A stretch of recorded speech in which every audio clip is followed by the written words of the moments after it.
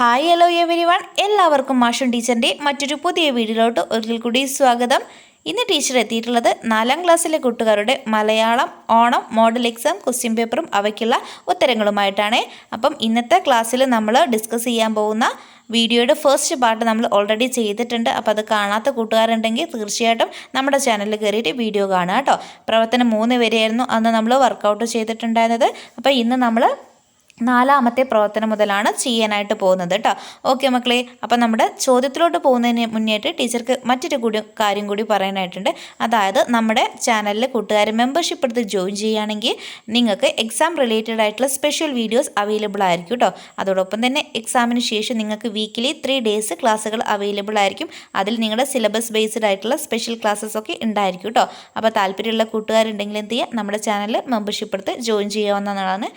Join ചെയ്ത കൂട്ടുകാർ നമ്മുടെ കമൻറ്റ് ബോക്സിൽ കാണുന്ന ഫോൺ നമ്പറിലേക്ക് വാട്സപ്പിൽ മെസ്സേജ് ചെയ്യുക കേട്ടോ. അപ്പം നിങ്ങളെ അതിൻ്റെ ഗ്രൂപ്പിലേക്ക് കൂടി ആഡ് ചെയ്യുന്നതായിരിക്കും കേട്ടോ. ഓക്കെ മക്കളെ, അപ്പം നമുക്ക് ആദ്യത്തെ പ്രവർത്തനം എന്താണെന്ന് നോക്കാം. ഡയറിയാണേ. നോക്കിക്കേ മക്കളെ, ആബിദയെയും പട്ടൂസിനെയും ഓർമ്മയില്ലേ? ചരട് പൊട്ടിപ്പോയ പട്ടൂസ് മാനത്ത് കരഞ്ഞു നടന്നതും അമ്പിളിമാമൻ മേടക്കാറ്റിനെ ഫോൺ വിളിച്ച് വരുത്തിയതും മേടക്കാറ്റിൻ്റെ തോളത്തേറി പട്ടൂസ് ആബിദയുടെ അടുത്തെത്തിയതും ഓർമ്മയില്ലേ? ഈ സംഭവങ്ങളെല്ലാം ആബിദ തൻ്റെ ഡയറി കുറിപ്പിൽ എഴുതി. അവൾ എന്തൊക്കെ എഴുതിയിട്ടുണ്ടാകാം, എഴുതി നോക്കൂ എന്നതാണ് പറഞ്ഞത്. അപ്പോൾ ആദ്യം നമുക്ക് എന്താണ്, ഡയറിയാണ് എഴുതാനായിട്ടുള്ളത് കേട്ടോ. ആരുടേതാണ്? ആബിദയുടെ ഡയറിയാണ് എഴുതേണ്ടത്. അപ്പോൾ ഒരു ഡയറി എഴുതുന്ന ഫോർമാറ്റൊക്കെ മക്കൾ ഓർത്തിരിക്കണം. ഡയറി എഴുതുന്ന സമയത്ത് നമ്മൾ എന്ത് എഴുതണം, ഏത് ദിവസമാണ് എന്നുള്ളത് നമ്മൾ പ്രത്യേകം നോട്ട് ചെയ്യണം അല്ലേ. ഓക്കെ മക്കളെ, അപ്പോൾ ആ ഒരു ഫോർമാറ്റിലൊക്കെ നിങ്ങൾ എഴുതുക കേട്ടോ. ടീച്ചർ ഇപ്പം ഡയറിയുടെ ഒരു മോഡൽ മാത്രം കാണിക്കാം, നിങ്ങൾക്ക് ഇഷ്ടമുള്ള രീതിയിൽ എഴുതുക കേട്ടോ. ഓക്കെ മക്കളെ, നോക്കിക്കേ. ഞാൻ ശരിക്കും പേടിച്ചു. പട്ടൂസിൻ്റെ കുറുമ്പ് കുറച്ച് കൂടുന്നുണ്ട്. പറഞ്ഞത് കേൾക്കാതെ പട്ടൂസ് ഉയർന്നു പറഞ്ഞിട്ടാണ് ഇന്ന് ഇങ്ങനെയൊക്കെ സംഭവിച്ചത്. പട്ടൂസിൻ്റെ നൂല് പൊട്ടി അവൻ എങ്ങോട്ടോ പറന്നുയർന്നു.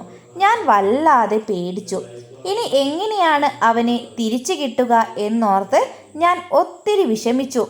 മേടക്കാറ്റ് സഹായിച്ചില്ലെങ്കിൽ ഇന്ന് പട്ടൂസ് എൻ്റെ അടുത്തുണ്ടാവില്ലായിരുന്നു. കൃത്യസമയത്ത് കാറ്റിനെ വിവരമറിയിച്ചത് അമ്പിളിമാമനാണ്. പട്ടൂസ് വിഷമിച്ച് നിൽക്കുന്നത് കണ്ടിട്ടാണ് അമ്പിളിമാമൻ അവനോട് കാര്യം തിരക്കിയത്. എന്തായാലും അമ്പിളിമാമനും മേടക്കാറ്റും ഉള്ളതുകൊണ്ട് പട്ടൂസിന് ഒരു കേടുപാടും പറ്റാതെ തിരിച്ചു കിട്ടി.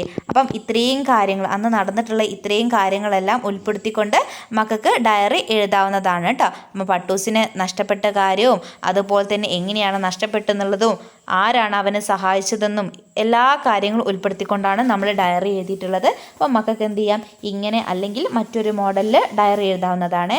ഓക്കെ മക്കളെ, ഇനി നമുക്ക് അടുത്ത പ്രവർത്തനം എന്താണെന്ന് നോക്കാം.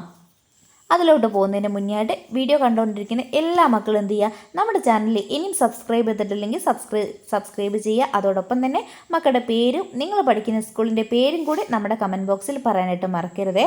ഓക്കെ മക്കളെ, അടുത്ത പ്രവർത്തനം നോക്കൂ. യാത്രാ വിവരണം. നീലഗിരി കുന്നിലൂടെ പൈതൃക തീവണ്ടിയിൽ യാത്ര ചെയ്ത ഒരു കൂട്ടുകാരിയുടെ അനുഭവം പാഠഭാഗത്തിൽ കൂട്ടുകാർ വായിച്ച് അറിഞ്ഞതാണല്ലോ. നേരിൽ കാണുന്ന പോലെ എത്ര രസകരമായിരുന്നു ആ വിവരണം. ഇത്തരത്തിലുള്ള യാത്രാനുഭവങ്ങൾ കൂട്ടുകാർക്കും ഉണ്ടായിട്ടില്ലേ? കൂട്ടുകാരുടെ മറക്കാനാവാത്ത ഒരു യാത്രാ അനുഭവം വിവരണമായി എഴുതൂ എന്നാണ് പറഞ്ഞിട്ടുള്ളത് കേട്ടോ. എന്താണ്, നിങ്ങളുടെ മറക്കാൻ ആവാത്ത ഒരു യാത്രാ അനുഭവം ഒരു വിവരണമായിട്ട് എഴുതാനാണ് പറഞ്ഞിട്ടുള്ളത്. അപ്പം എന്ത് ചെയ്യണം, ഇത് ഓരോ കൂട്ടുകാർക്കും സ്പെഷ്യലായിട്ട് എഴുതാനുള്ളതാണ്. അപ്പോൾ എന്ത് ചെയ്യുക, നിങ്ങൾ ഏതെങ്കിലും ഒരു യാത്രയെക്കുറിച്ചിട്ട് കൃത്യമായിട്ട് അറിഞ്ഞിരിക്കണം. അതിനെക്കുറിച്ചിട്ട് ഒരു യാത്രാനുഭവം ഒരു വിവരണമായിട്ടൊക്കെ എഴുതാനായിട്ട് മക്കൾ നോക്കിയിട്ട് പോവുക കേട്ടോ. ഓക്കെ, മിസ് അതിൻ്റെ ആൻസർ ഇവിടെ കൊടുക്കുന്നില്ല, അത് ഓരോരുത്തരുടെയും സ്വന്തമായിട്ടുള്ള കാര്യമാണ്. അപ്പോൾ അതെന്ത് ചെയ്യുക, നിങ്ങളൊന്ന് നോക്കി വെച്ചിട്ട് പോവുക കേട്ടോ. യാത്രാവിവരണം വളരെ ഇമ്പോർട്ടൻ്റ് ആയിട്ടുള്ള ക്വസ്റ്റ്യനാണ്, നമുക്ക് എപ്പോഴും കണ്ടുവരുന്നൊരു ക്വസ്റ്റ്യനാണ് കേട്ടോ യാത്രാ വിവരണമൊക്കെ തയ്യാറാക്കാനായിട്ട്. ഓക്കെ മക്കളെ, ഇനി നമുക്ക് അടുത്ത ചോദ്യത്തിലോട്ട് പോവാം. അതെന്താണെന്ന് പറയുന്നതിന് മുന്നായിട്ട് വീഡിയോ കണ്ടുകൊണ്ടിരിക്കുന്ന കുറച്ച് കൂട്ടുകാരോട് നമ്മുടെ വീഡിയോ ലൈക്ക് ചെയ്യാതെ കാണുന്നുണ്ട്. അപ്പോൾ എന്ത് ചെയ്യുക, ആ മക്കളോട് വീഡിയോ ഒന്ന് പെട്ടെന്ന് ലൈക്ക് ചെയ്തേക്കണേ. പ്രവർത്തനം 5, സംഭാഷണം എഴുതാം. നോക്കൂ മക്കളെ. മേടക്കാറ്റിൻ്റെ തോളിൽ കയറി ആബിദയുടെ അരികിൽ തിരികെ എത്തിയ പട്ടൂസിനും ആബിദയ്ക്കും പങ്കുവെക്കാൻ ഒരുപാട് വിശേഷങ്ങൾ ഉണ്ടാവില്ലേ?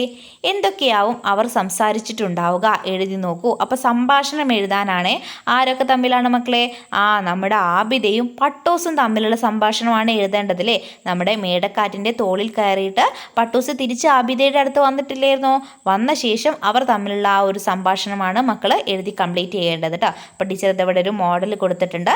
ഇതുപോലെ അല്ലെങ്കിൽ നിങ്ങൾക്ക് ഇഷ്ടമുള്ള മറ്റൊരു രീതിയിൽ സംഭാഷണം എഴുതാവുന്നതാണ്. ഓക്കെ മക്കളെ, നോക്കിക്കേ. ആദ്യം തന്നെ നമ്മൾ ആബിദയാണ് എഴുതിയിട്ടുള്ളത് കേട്ടോ. ആബിദ: പട്ടൂസേ, നീ വന്നോ? എനിക്ക് വിശ്വസിക്കാനാവുന്നില്ല. പട്ടൂസ്: ഞാൻ വന്നു, ഇനി ഇത്താത്ത പേടിക്കേണ്ട. ആബിദ: എന്താ നിനക്ക് പറ്റിയത് പട്ടൂസേ? പട്ടൂസ്: നൂല് പൊട്ടി ഞാൻ എവിടേക്കോ പറന്നുപോയി. താഴേക്ക് നോക്കിയപ്പോൾ മുഴുവനും ഇരുട്ടായിരുന്നു. ആബിദ: എന്നിട്ട് ആരാണ് നിന്നെ സഹായിച്ചത്? പട്ടൂസ്: എൻ്റെ വിഷമം കണ്ടപ്പോൾ അമ്പിളിമാമൻ വേഗം മേടക്കാറ്റിനെ വിളിച്ചു. ആബിദ: എന്നിട്ടോ? പട്ടൂസ്: മേടക്കാറ്റാണ് എന്നെ ഇവിടെ എത്തിച്ചത്. ആബിദ: ഭാഗ്യം, എന്തായാലും നിനക്കൊന്നും പറ്റിയില്ലല്ലോ. പട്ടൂസ്: എനിക്കൊന്നും പറ്റിയില്ല ഇത്താത്ത. അപ്പം ഇതേ രീതിയിൽ മക്കൾക്ക് എല്ലാ കാര്യങ്ങളും ഉൾപ്പെടുത്തിക്കൊണ്ട് നമ്മുടെ ആബിദയുടെയും പട്ടൂസിൻ്റെയും തമ്മിലുള്ള സംഭാഷണം എഴുതാവുന്നതാണ് കേട്ടോ. ഓക്കെ മക്കളെ, നിങ്ങൾക്ക് പ്രവർത്തനം ഇഷ്ടമായിട്ടുണ്ടോ? മലയാളമാകുമ്പോൾ കൂട്ടുകാർക്ക് കുറച്ചധികം കാര്യങ്ങളൊക്കെ എഴുതാനായിട്ടുണ്ടായിരിക്കും. വിഷമിക്കൊന്നും വേണ്ട, നന്നായിട്ട് നോക്കിയിട്ട് പോവാം കേട്ടോ. ഇനിയും നമ്മൾ എന്ത് ചെയ്യും? ക്വസ്റ്റ്യൻ പേപ്പേഴ്സൊക്കെ വർക്കൗട്ട് ചെയ്യും എക്സാമിൻ്റെ മുന്നേ ആയിട്ട്. അപ്പോൾ മക്കൾ എന്ത് ചെയ്യും? എല്ലാ വീഡിയോസും കൃത്യസമയത്ത് തന്നെ വേഗം കാണുക കേട്ടോ. അപ്പോൾ വീഡിയോസൊക്കെ കൂട്ടുകാർക്ക് നേരത്തെ തന്നെ ലഭിക്കാനായിട്ട് ചാനൽ സബ്സ്ക്രൈബ് ചെയ്തിട്ടില്ലെങ്കിൽ പെട്ടെന്ന് തന്നെ സബ്സ്ക്രൈബ് ചെയ്തോളൂ കേട്ടോ. ഓക്കെ മക്കളെ, ഇനി നമ്മുടെ അടുത്ത പ്രവർത്തനത്തിലോട്ട് പോകാം. കഥ പൂർത്തിയാക്കാം. എന്താണ് അടുത്ത പ്രവർത്തനം? കഥ പൂർത്തിയാക്കാം എന്നതാണ് അല്ലേ. നോക്കിക്കേ മക്കളെ, നമുക്ക് ഒരു കഥയുടെ കുറച്ച് ഭാഗം അവിടെ തന്നിട്ടുണ്ട്. അതിൻ്റെ ബാക്കി ഭാഗം മക്കളെടുത്ത് സ്വയം പൂർത്തീകരിച്ച് കഥ എഴുതാനാണ് പറഞ്ഞിട്ടുള്ളത്.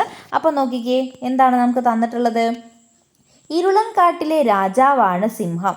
കാട്ടിലെ ജന്തുക്കൾ രാജാവിനോട് ഒരു സ്കൂൾ ഉണ്ടാക്കണമെന്ന് ആവശ്യപ്പെട്ടു. സിംഹം സമ്മതിച്ചു. തുള്ളൻപാറയിലെ മടയിലാവാം സ്കൂൾ. ചിന്നൻ കുറുക്കൻ അഭിപ്രായപ്പെട്ടു. അത് ശരി, പക്ഷേ സ്കൂളിൽ ടീച്ചർമാർ വേണ്ടേ? കുഞ്ഞനുറുമ്പിൻ്റെ ചോദ്യം കേട്ട് എല്ലാവരും പരസ്പരം നോക്കി. ആരാണ് ടീച്ചറാവുക?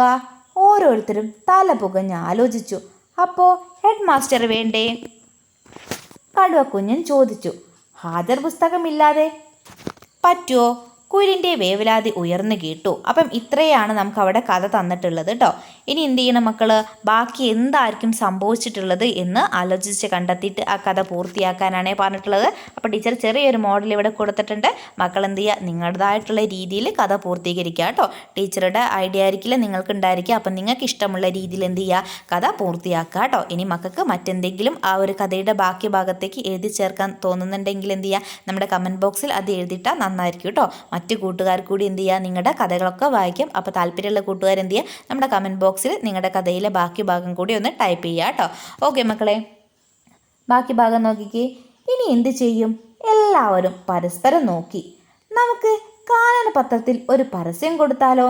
മന്ത്രി കുരങ്ങച്ചൻ പറഞ്ഞു. അത് ശരിയാണ്. പരസ്യം കണ്ടാൽ ടീച്ചറും ഹെഡ് മാഷും എല്ലാവരും വരും. ഹാജർ പട്ടിക വാങ്ങാൻ കറുമ്പിക്കാക്കയെ വിടാം, സിംഹരാജൻ പറഞ്ഞു. കാട്ടിൽ സ്കൂൾ തുടങ്ങാൻ പോകുന്നതറിഞ്ഞ് കാട്ടിൽ എല്ലാവരും സന്തോഷം കൊണ്ട് തുള്ളിച്ചാടി. അപ്പോൾ ടീച്ചർ വളരെ കുറച്ച് ഭാഗം മാത്രമേ കഥയിലേക്ക് കൂട്ടിച്ചേർത്തിട്ടുള്ളൂ. നിങ്ങൾക്ക് താല്പര്യം ഉണ്ടെങ്കിൽ കൂടുതൽ ഭാഗം എഴുതി ചേർക്കാവുന്നതാണ്. ഓക്കെ മക്കളെ, അപ്പം ഇന്നത്തെ ഈ ഒരു ക്വസ്റ്റ്യൻ പേപ്പർ നമ്മളിവിടെ വൈൻഡപ്പ് ചെയ്യുകയാണ്. അപ്പോൾ വീഡിയോ യൂസ്ഫുൾ ആയിട്ടുണ്ടോ എന്നുള്ള കാര്യം നമ്മുടെ കമൻറ്റ് ബോക്സ് പറയാം. ഇനി നമ്മൾ എന്ത് ചെയ്യും? അടുത്ത ക്ലാസ്സിൽ വേറെ ക്വസ്റ്റ്യൻ പേപ്പർ നമ്മൾ ഡിസ്കസ് ചെയ്യും കേട്ടോ. ഓക്കെ മക്കളെ, അപ്പോൾ വീഡിയോ യൂസ്ഫുൾ ആയിട്ടുണ്ടെങ്കിൽ തീർച്ചയായിട്ടും വീഡിയോ ലൈക്ക് ചെയ്യുന്നതോടൊപ്പം തന്നെ നിങ്ങളുടെ മറ്റു കൂട്ടുകാർ കൂടി ഷെയർ ചെയ്ത് കൊടുക്കുക കേട്ടോ. മറ്റൊരു പുതിയ വീഡിയോയുമായിട്ട് നമുക്ക് വീണ്ടും കാണാം.